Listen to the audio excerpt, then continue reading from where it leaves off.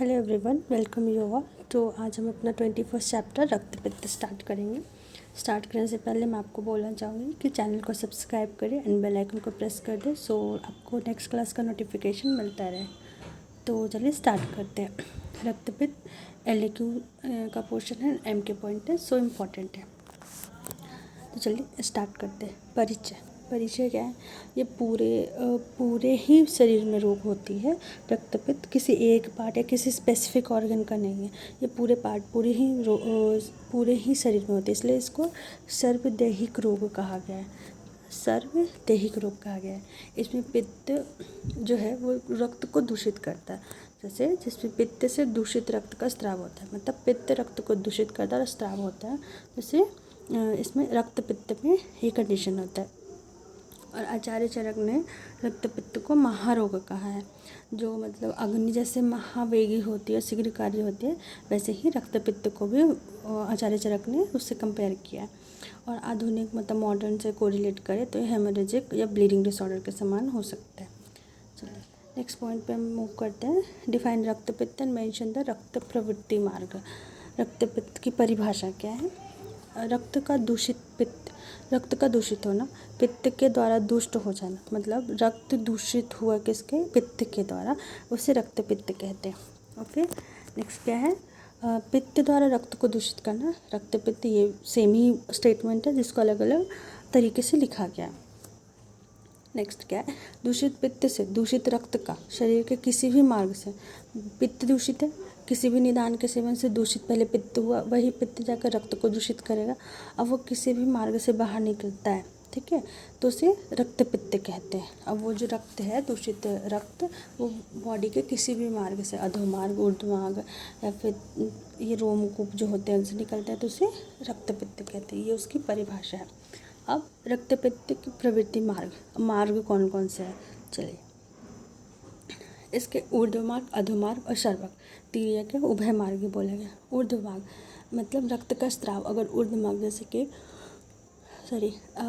ये नसल से, कानों से, मुख से हो रहा है तो वो ऊर्ध्वमार्ग होगा। इसमें क्या, पित्त के साथ कफ रहता है, क्योंकि कफ की प्रवृत्ति वमन से हम कफ को निकालते हैं। आमाशय में कफ स्थित होता है, तो ऊपर से जब भी निकलता है तो कफ निकलता है, तो इसलिए इसमें कफ अनुबंधी होता है। अधोमार्ग जो वात का मार्ग होता है, क्योंकि वात के लिए क्या होता है, वस्ती हम देते हैं, तो वो वात हम अधोमार्ग से निकालते हैं, तो अधोमार्ग में क्या, वात अनुबंधी होता है।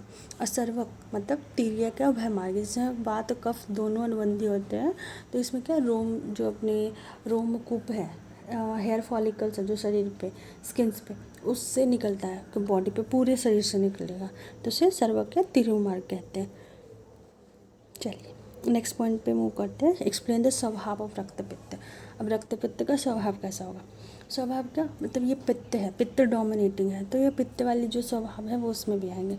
मतलब अत्यधिक उष्ण होगा, तीक्ष्ण गुण का होगा, सरल स्वभाव का होगा, द्रव गुण वाला होगा, सर मतलब प्रवाहित होने वाला, मूविंग, दुर्गंधित होगा और तेज़ी से बढ़ने वाला होगा, जल्दी और तेज़ी से बढ़ने वाला होता है। नाउ आगे बढ़ते हैं। एलिस्ट भेद ऑफ रक्त पित्त। रक्त पित्त का भेद, स्रावित रक्त के गुणों के आधार पर, इसका मतलब जो रक्त निकल रहे हैं उनके गुणों के आधार पर ये 7 भेद किए गए। जो नीच दोषज के अकॉर्डिंग जो है, वातिक पैटिज का फल, दंडज में 3 और एक सन्निपात। ओके, नेक्स्ट क्या है? रक्त स्राव के मार्ग के आधार पर, जो किधर से रक्त का स्राव मतलब बाहर निकल रहा है, तो वो 3 प्रकार का है, ऊर्ध्व, अधो और सर्वक। तो ये इसके भेद हो गए। चलिए नेक्स्ट पे मूव करते हैं। निदान रक्त पित्त के निदान क्या क्या? अभी हम इसमें कौन से निदान लिखेंगे, क्योंकि पित्त डोमिनेंट है, तो पित्त वाले जितने भी विकृत करने के पॉइंट्स हैं, जो भी फैक्टर्स हैं, वो इसमें आ सकते हैं। जैसे उष्ण, तीक्ष्ण, क्षार, अम्ल, ये सब पित्त को विकृत करता है।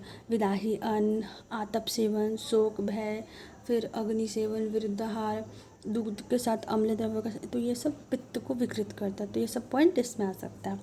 पूर्व रूप प्री सिम्टम्स क्या है कि अंग साथ शिथिलता होगी और बॉडी में कमजोरी मतलब दौर्बल्यता आएगी। क्योंकि पित्त डोमिनेट है तो सिक्त पदार्थों का सेवन की इच्छा होगा।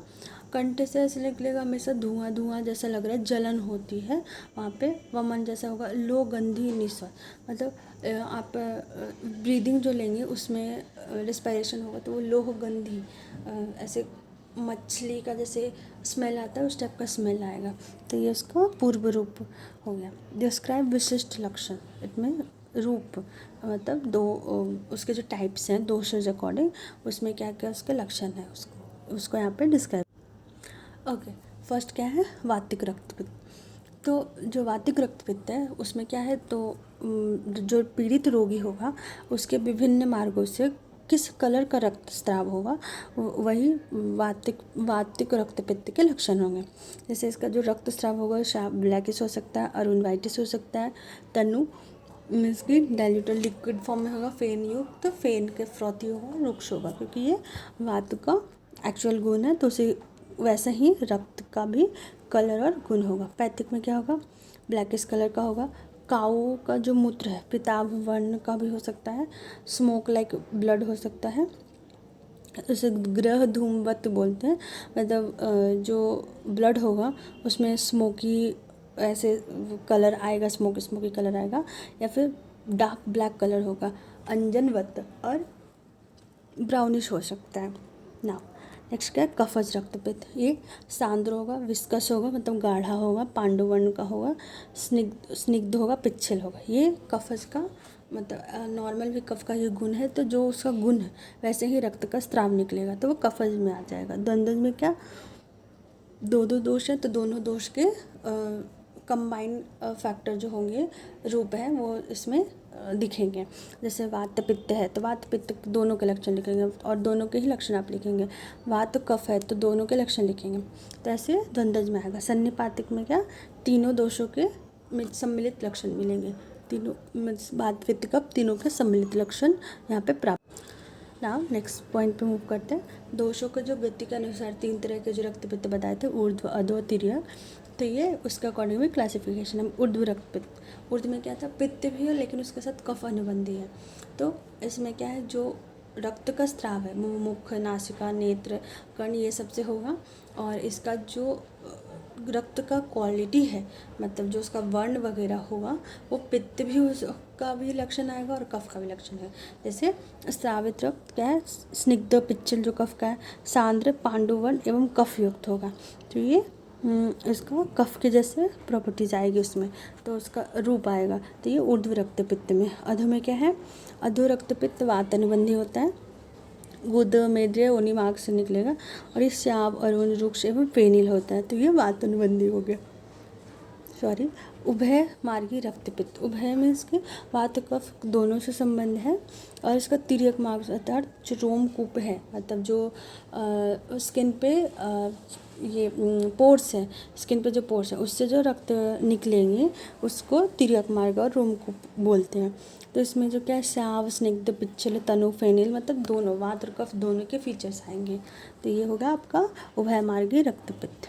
नाउ नेक्स्ट पॉइंट पे मूव करते हैं। लिस्ट उपद्रव ऑफ रक्तपित्त। अभी ये पित्त वाले हैं, मतलब पित्त डोमिनेंट है, तो उस पित्त से आगे और क्या हो सकता है वो सारे यहाँ पे आएंगे।